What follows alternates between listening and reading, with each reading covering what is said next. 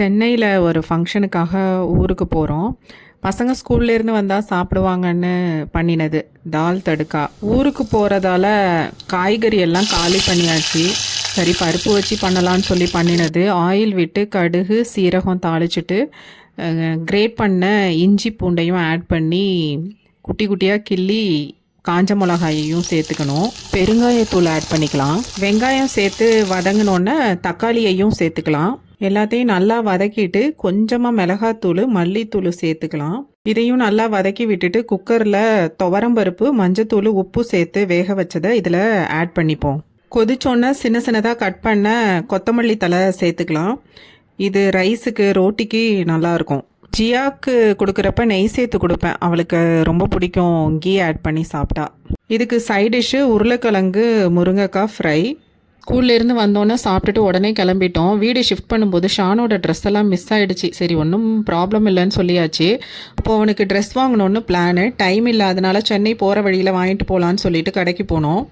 பெரியவன் க்ரெஷ்ஷை பொறுத்த வரைக்கும் நீயே எதுனாலும் எடுத்துகிட்டு வாமா, எனக்கு ஒரு பிரச்சனையும் இல்லைன்றுவான். அவன் பொறுப்பை என் கையில் கொடுத்ததுனால எனக்கு ரொம்ப பொறுப்பு அதிகமாகிடும்.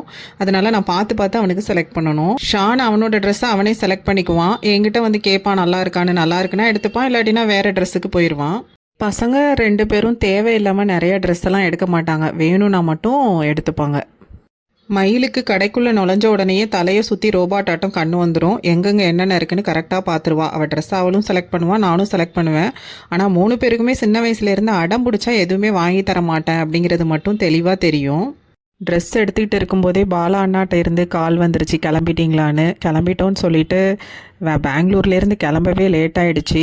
ஆம்பூரில் சாப்பிட்லான்னு பிளானு. ஆனால் டைம் ஆனதுனால ஒசூர்லையே சாப்பிட்டுட்டோம். நான்வெஜ் தான் சாப்பிட்டோம். நாங்களாம் சாப்பிட்ருவோம். ஆனால் ஜியாவுக்கு கொடுக்கும்போது மட்டும் எனக்கு கொஞ்சம் பயமாக இருக்கும் நான்வெஜ் நைட்டில் கொடுக்குறதுக்கு. அதனால் அவளுக்கு இடியாப்பம் இட்லி தோசை அந்த மாதிரி தான் கொடுப்பேன்.